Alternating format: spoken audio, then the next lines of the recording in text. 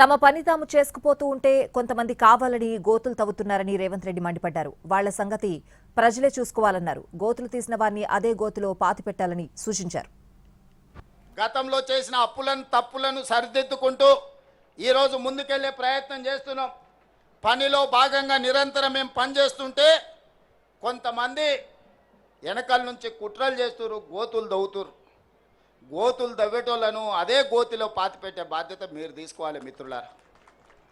ముందల నేను చూసుకుంటా, వెనకంగా ఎవడైతే గోతి దవ్వుతాడో వాళ్ళ సంగతి మీరు చూసుకోవాలి.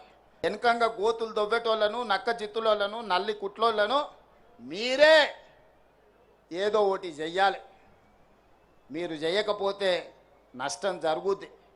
ఎందుకనంటే ఒక మంచి లక్ష్యంతో, ఒక మంచి టీంతో బట్టి విక్రమార్క గారు కావచ్చు, మా సీతక్క కావచ్చు, దామన్న కావచ్చు, లక్ష్మణ్ కావచ్చు, ప్రసాద్ కుమార్ గారు కావచ్చు, ఇలా చెప్పుకుంటూ వెళ్తే పొన్నం ప్రభాకర్ గారు కావచ్చు, అన్ని వర్గాలకు మంత్రివర్గంలో అవకాశం కల్పించి అన్ని వర్గాల యొక్క ఆలోచనను తీసుకొని అన్ని వర్గాలకు సంక్షేమాన్ని అభివృద్ధిని అందజేయాలని ఈనాడు మా ప్రభుత్వం ప్రయత్నం చేస్తుంది.